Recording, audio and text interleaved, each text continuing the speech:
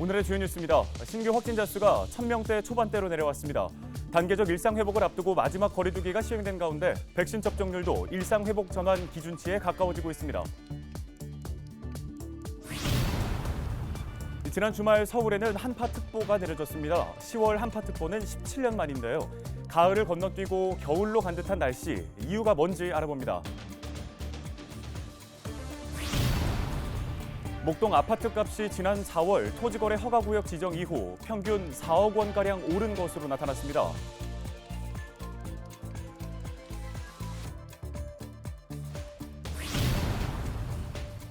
은평구 돌봄 수요가 전체 인구의 23%에 달하는 것으로 나타났습니다. 은평구는 내년에 인공지능 안부 살핌 서비스를 도입할 계획이라고 밝혔습니다.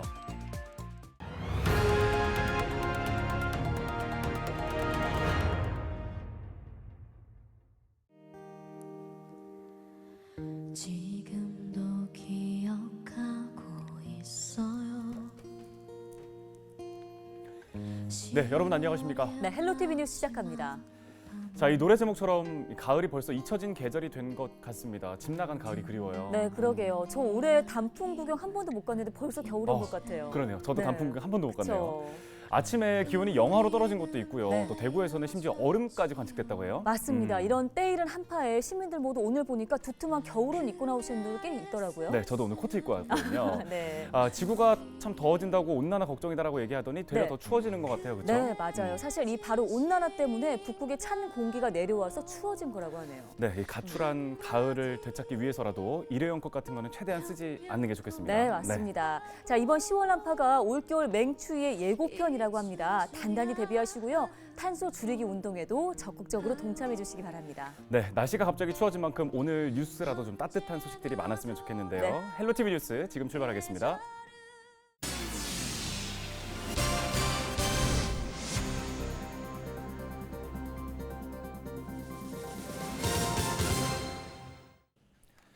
네, 첫 소식입니다. 신규 확진자 수가 1000명 초반대로 내려왔습니다. 단계적 일상 회복을 앞두고 마지막 사회적 거리두기가 시작됐습니다. 네, 이런 가운데 백신 접종률도 일상 회복 전환 기준치에 가까워지고 있습니다.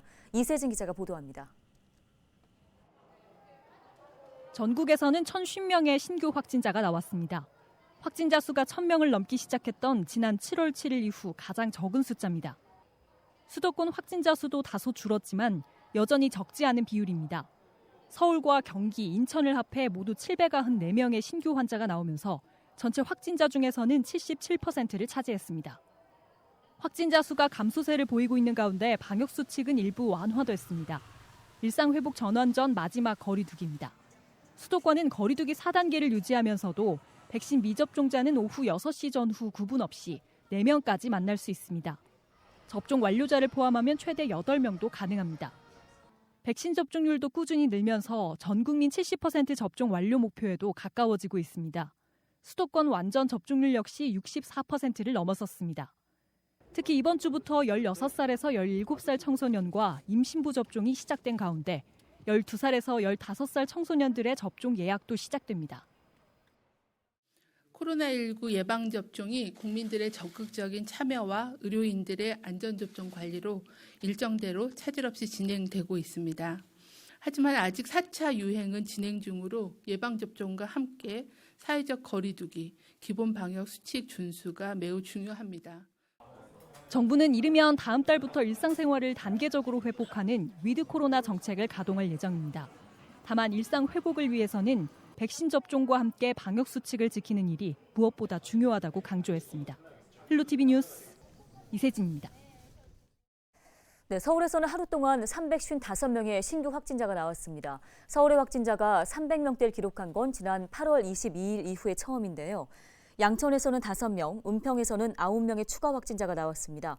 신규 확진자의 발생 원인을 보면 기타 확진자 접촉이 168명으로 가장 많았고 감염 경로 조사 중이 149명으로 뒤를 이었습니다. 주요 집단 감염으로 종로구 시장에서 4명의 확진자가 추가돼 누적 58명으로 늘어났으며 성북구 직장에서는 총 14명의 확진자가 발생했습니다. 서울 시민의 약 80%인 756만여 명이 코로나19 1차 접종을 마쳤고 접종 완료자는 619만여 명으로 접종률은 현재 65.2%입니다.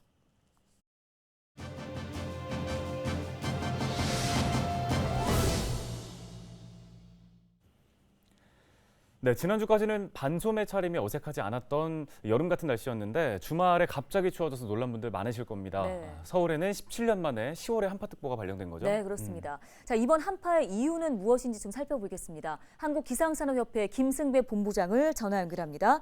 자, 본부장님 먼저 일요일에 기온이 급격하게 떨어지면서 서울에 한파특보가 내려졌습니다. 사실 10월 중순의 한파 시민들에겐 낯선 일인데요. 먼저 원인 어떻게 분석하십니까? 네, 지난 10월 초를 회상해 보면 가을치고는 늦더위가 나타났습니다. 그러니까 남쪽 덥고 습한 북태평양 고기압 세력이 강하면서 북쪽에서 찬 공기가 내려오지 못했거든요. 그래서 기온이 높았는데 이제 그 형태가 무너지고 나니까 북쪽에서 그동안 못 내려왔던 찬 공기가 내려오면서 기온이 이게 단계적으로 떨어지는 게 아니라 급작히 떨어지면서 그 추위가 찾아왔습니다. 근본적인 원인은 이때쯤 내려오는 북쪽의 찬 공기가 밀고 내려왔기 때문입니다. 네, 갑작스럽게 겨울 날씨가 찾아오면서 이상 기후 등으로 인해서 앞으로 가을이 점점 짧아지는 게 아닐까 궁금해하는 분들 많을 것 같습니다. 어떻게 보십니까?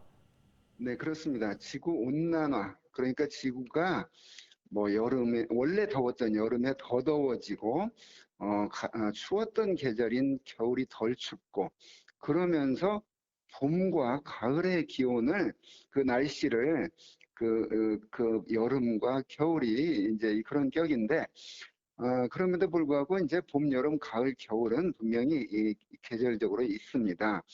이번에 10월 중순 그러니까 중순 기온으로 서울에 영하 1.2도까지 떨어지는 그런 이례적인 그 기록을 깬 그런 추위가 찾아왔는데 지구 온난화로 인한 기후 변화의 한 형태가 이렇게 갑작스럽게 기온이 떨어진다거나 또 지구 온난화라고 하는데 겨울이 따뜻해지고 있는 속에서 어느 해 겨울은 또 유난히 추운 겨울이 찾아올 수 있거든요. 그런 형태가 이상적으로 나타나는 그 원인을 우리는 기후 변화의 한 단면이라고 보고 있습니다. 자, 올해 그럼 이 청명한 가을 날씨 이제 만나볼 수 없는 건지 좀 궁금하고요. 추위가 언제까지 이어질지 이 부분이 관심인데요. 날씨 전망 짚어주시겠습니까? 네, 그 10월 중순에 나타나는 기온으로는 기록을 깬 그런 17일 아침 그 추위였는데 이대로 계속 금방 겨울로 접어들진 않을 겁니다. 무슨 얘기냐면 이 찬 공기가 이제 17일과 18일 누그러지면서 낮 기온은 18일 낮 기온은 좀 오르거든요. 그러면서 또다시 19일 다시 또 찬 공기가 내려오면서 기온은 떨어지겠습니다. 그러나 아직은 역시 가을 속에 있기 때문에 이 전형적인 가을이 조금 아니지만 기온상으로 지금은 분명히 가을 속에 있으니까 본격적인 겨울은 적어도 한 11월 달 가야 찾아오는 것이고 이례적으로 이 10월 중순의 기온이 낮았다. 이제 이렇게 분석이 됩니다. 네, 건강 관리 잘해야겠다는 생각이 듭니다. 오늘 도움 말씀 여기까지 듣겠습니다. 한국기상산업협회 김승배 본부장이었습니다.